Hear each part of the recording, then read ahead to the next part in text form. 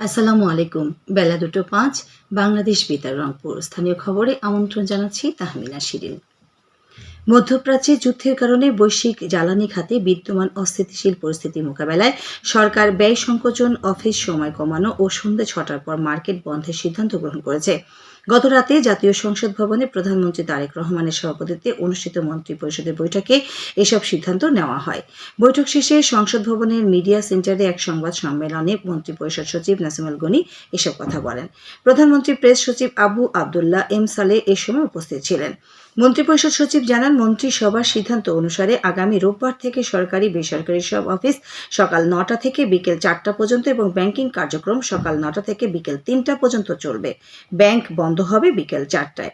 এদিকে আজ থেকে দেশের সব ধরনের শপিং মল ও মার্কেট সন্ধে 6টার পর বন্ধ রাখতে হবে। তবে জরুরি সেবা যেমন কাঁচা বাজার, খাবারের দোকান ও ঔষধের দোকান এই নির্দেশনার বাইরে থাকবে। নাসিমুল গনি বলেন, সরকারি ব্যয় কমাতে আগামী 3 মাসের মধ্যে কোনো নতুন যানবাহন, জলযান বা আকাশযান কেনা হবে না। কম্পিউটার সহ নতুন সরঞ্জাম ক্রয় বন্ধ, অভ্যন্তরীণ প্রশিক্ষণ ও সেমিনারের ব্যয় 50% হ্রাস এবং বিদেশের সব ধরনের প্রশিক্ষণ পরবর্তী নির্দেশ না দেওয়া পর্যন্ত স্থগিত করা হয়েছে। মন্ত্রিপরিষদ সচিব আরও বলেন, জ্বালানি, বিদ্যুৎ ও গ্যাস খাতে সরকারি ব্যয় ও অপ্রয়োজনীয় ভ্রমণ ব্যয় 30% কমানোর সিদ্ধান্ত নেওয়া হয়েছে। তিনি বলেন, শিক্ষা মন্ত্রণালয় বিভিন্ন স্তরে প্রয়োজন বিবেচনা করে আগামী রোববার থেকে ধাপে ধাপে নির্দেশনা দিতে শুরু করবে, যাতে শিক্ষা ব্যবস্থায় নেতিবাচক প্রভাব না পড়ে। এছাড়া পরিবহন খাতে একটি গুরুত্বপূর্ণ সিদ্ধান্ত হিসেবে স্কুলগামী শিক্ষার্থীদের জন্য ব্যক্তিগত গাড়ির পরিবর্তে ইলেকট্রিক বাস চালুর পরিকল্পনা নেওয়া হয়েছে। সরকারি বেসরকারি যেসব প্রতিষ্ঠান এতে অংশ নেবে তারা শুল্কমুক্তভাবে বাস আমদানি করতে পারবে। তবে বাণিজ্যিক ক্ষেত্রে 20% শুল্ক প্রযোজ্য হবে।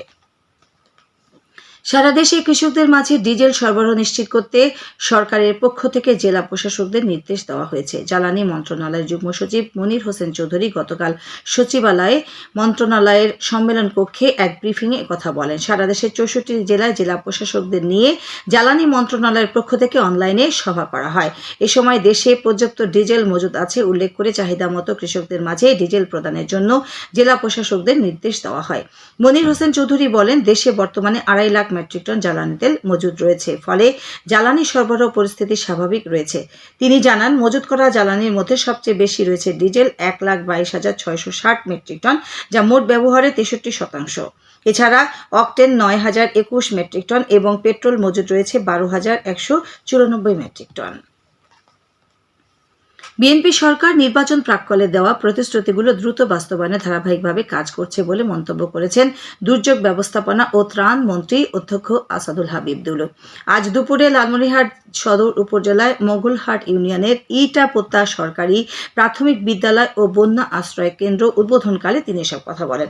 ত্রাণমন্ত্রী বলেন, নির্বাচন পরবর্তী সময়ে সরকার প্রতিশ্রুতি বাস্তবায়নে উদ্যোগ নিয়েছে। তিনি ইতিমধ্যে ফ্যামিলি কার্ড চালু, ইমামদের ভাতা প্রদান, কৃষক কার্ড বিতরণ এবং কৃষি ঋণ মওকুফের মতো গুরুত্বপূর্ণ সিদ্ধান্ত বাস্তবায়ন করা হয়েছে। এ সময় লালমনিরহাট জেলা পরিষদ প্রশাসক AKM মমিনুল হক, জেলা প্রশাসক মোহাম্মদ রাশেদুল হক প্রধান, LGD নির্বাহী প্রকৌশলী কাউসার আলম অন্যান্য মধ্যে উপস্থিত ছিলেন।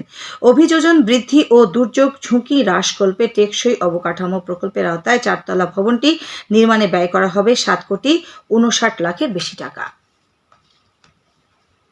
জয়পুরহাটের 5 বিবি সীমান্ত এলাকা থেকে 52 কেজি বিদেশি জিরা উদ্ধার করেছে বর্ডার গার্ড বাংলাদেশ 14 বিজিবি সদস্যরা। গতরাতে উপজেলার কোরিয়া সীমান্তের মির্জাপুর মাঠে কোরিয়া বিওপির টহল কমান্ডার নায়েক বিশ্বজিৎ রায়ের নেতৃত্বে অভিযান পরিচালনা করে এসব জিরা উদ্ধার করা হয়। উদ্ধারকৃত জিরার আনুমানিক মূল্য ধরা হয়েছে 48,000 টাকা। বিজিবি জানায়, জেলার সীমান্ত এলাকায় অবৈধ পারাপার, চোরাচালান ও অন্যান্য আন্তঃসীমান্ত অপরাধ দমনে তাদের এ ধরনের অভিযান অব্যাহত থাকবে। কুড়িগ্রামের রৌমারী উপজেলার রৌমারী সিজি জামান সরকারি উচ্চ বিদ্যালয়ের একাডেমিক ভবন সংস্কারের কাজ এগিয়ে চলেছে। জন্য ব্যয় করা হচ্ছে 81 লাখ টাকা। প্রকল্পের আওতায় 4তলা একাডেমিক ভবন, গেট তৈরি, কক্ষের মেঝেতে টাইলস ও পানি সাপ্লাইয়ের কাজ করা হচ্ছে। এছাড়া বিদ্যালয়ের 81 মিটার সীমানা প্রাচীর নির্মাণ করা হচ্ছে। শিক্ষা প্রকৌশল অধিদপ্তরের তত্ত্বাবধানে ইতিমধ্যে প্রকল্পের 50% কাজ সম্পন্ন হয়েছে। বাকি কাজ আগামী জুন মাস নাগাদ শেষ হওয়ার কথা রয়েছে। সবশেষে আবহাওয়া। আজ সন্ধ্যা 7টা পর্যন্ত পূর্বাভাসে বলা হয়েছে, দেশের অভ্যন্তরীণ নদীবন্দরগুলোর জন্য কোনো সতর্কবাণী নেই এবং কোনো সংকেত দেখাতে হবে না। খবর শেষ হলো। আমাদের পরবর্তী স্থানীয় খবর প্রচারিত হবে সন্ধ্যে 7টায়।